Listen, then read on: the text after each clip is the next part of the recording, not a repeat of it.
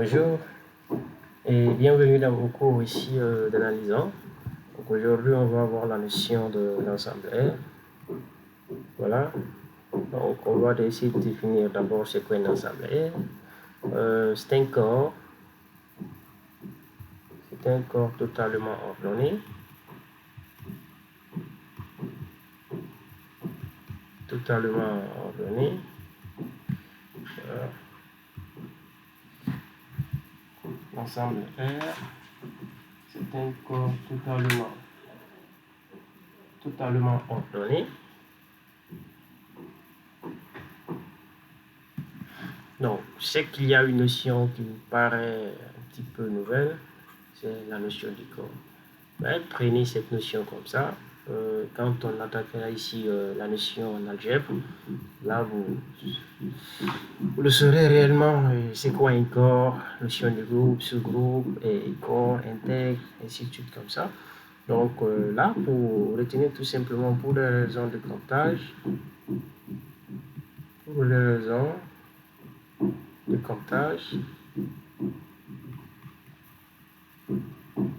ok, nous disposons depuis longtemps de trois ensembles qu'on utilise le plus souvent. Ok, l'ensemble N qui est voilà l'ensemble des entiers naturels. Donc l'ensemble des entiers naturels. Ok. Après on a l'ensemble Z. Ok.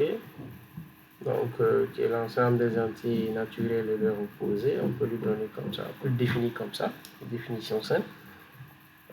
Pour la compréhension, 3 points de suspension, moins 1, 0, 1, 3 points de suspension,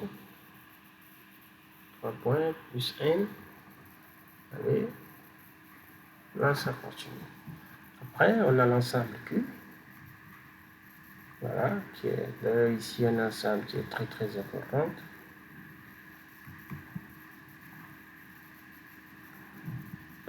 C'est un ensemble P sous la forme de P sur Q, avec PQ appartenant ici à Z.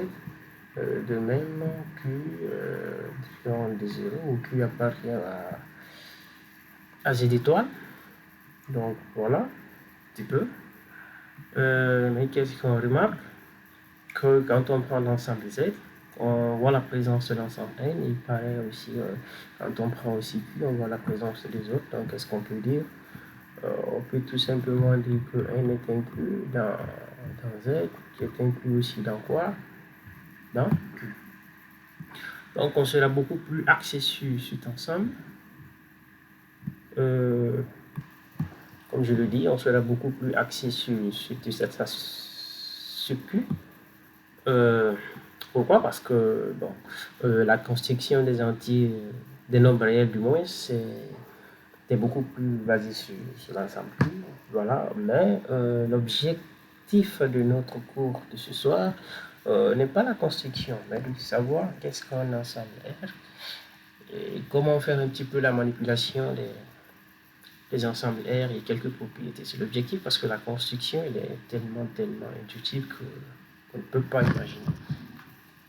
Donc on va continuer. Là, je vais vous donner une petite propriété caractéristique de l'ensemble Q. Je vais changer pour ça la couleur de mon stylo. Voilà. Donc je mets P1. Donc cette propriété nous dit que si X est solution, voilà, X est solution de l'équation X carré égale 2. Ok. Donc qu'est-ce qu'on peut dire de X? On peut tout simplement dire que X n'appartient pas à Q. Alors, X n'appartient pas à Q. Là, on va démontrer ça. Pour démontrer cette propriété, on va un petit peu utiliser un raisonnement par absurdité, par absurde. Voilà. Je sais un petit peu, vous êtes confus du mot absurdité. Il y a plusieurs façons de raisonner. On peut raisonner par absurdité, par contraposé, et puis voilà. Il y en a pas mal, récurrence, mais là, on va raisonner par absurdité. Et vous saurez un petit peu plus tard comment raisonner par absurdité, ok? Absurdité, c'est très simple. Donc, tu supposes que A appartient à A et tu montres que ta supposition est fausse. C'est-à-dire A.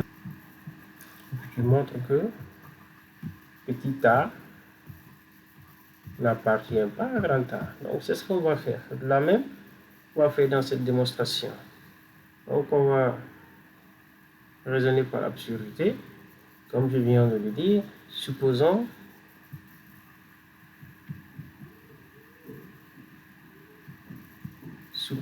que x est égal PQ, avec PQ appartient à Z, de même Q appartient à Z et étoile.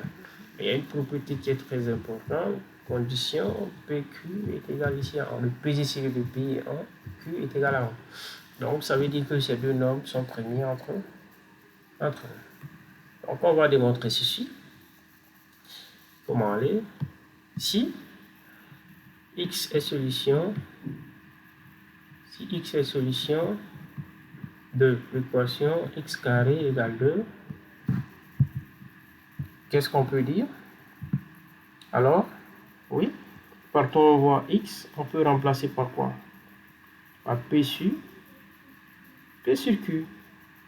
C'est très simple. Alors,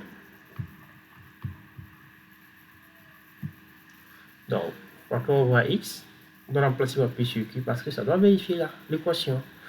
Donc, P carré, donc P carré sur Q au carré doit être égal à 2. Donc, équivaut à dire que P carré égale à 2Q carré. Mais qu'est-ce qu'on remarque? On remarque que P carré est pair. Donc, qu'est-ce qu'on remarque? Que P carré est comment? P carré est pair. Ok? Donc, P aussi est pair. 2K. Donc, partons on voit P carré, on peut remplacer par 2K. Donc, qu'est-ce qu'on peut dire par là? Qu'est-ce qu'on peut dire à votre avis? Ainsi, on peut tout simplement dire P carré. On remplace P carré par ça, est égal à 4K carré est égal à 2Q carré. C'est bon. Donc, qu'est-ce qu'on peut dire? Donc, qu'est-ce qu'on peut dire par là? Le 4K carré est égal à 2Q carré. Bon, qu'est-ce qu'on comprend des composants?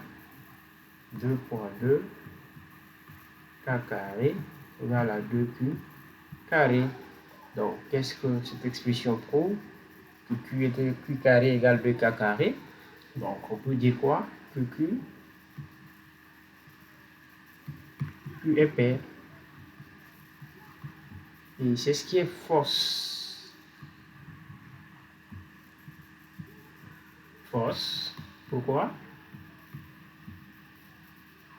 Parce que tout simplement que la condition posée au début, c'est dit que le PGC de P et Q doit être égal à 1.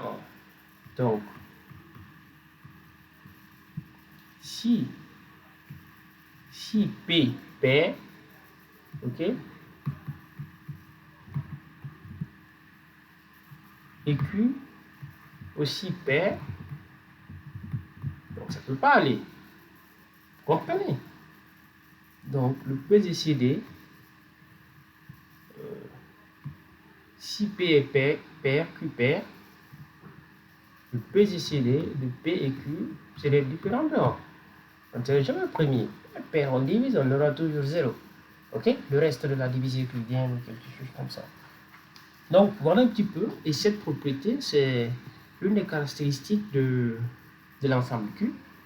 Donc, vous voyez comment ces propriétés sont très très importantes. Voilà, dans les cours suivants, on va essayer de rentrer un petit peu dans les actions. Ok? Donc, après les actions, on va énumérer quelques propriétés, on va toucher des petites notions qui vous permettront ici, qui vont nous permettre d'être au top, c'est-à-dire l'analyse. Ok, voilà tout ce qu'on fait. Bon, je sais qu'à votre avis, ça c'est un petit peu petit. Mais petit à petit, l'oiseau fait son nid, on va aller lentement, mais sûrement avec les petites notions, petites propriétés, c'est ça les mathématiques, ok? Voilà, donc bonne soirée à vous et à la prochaine.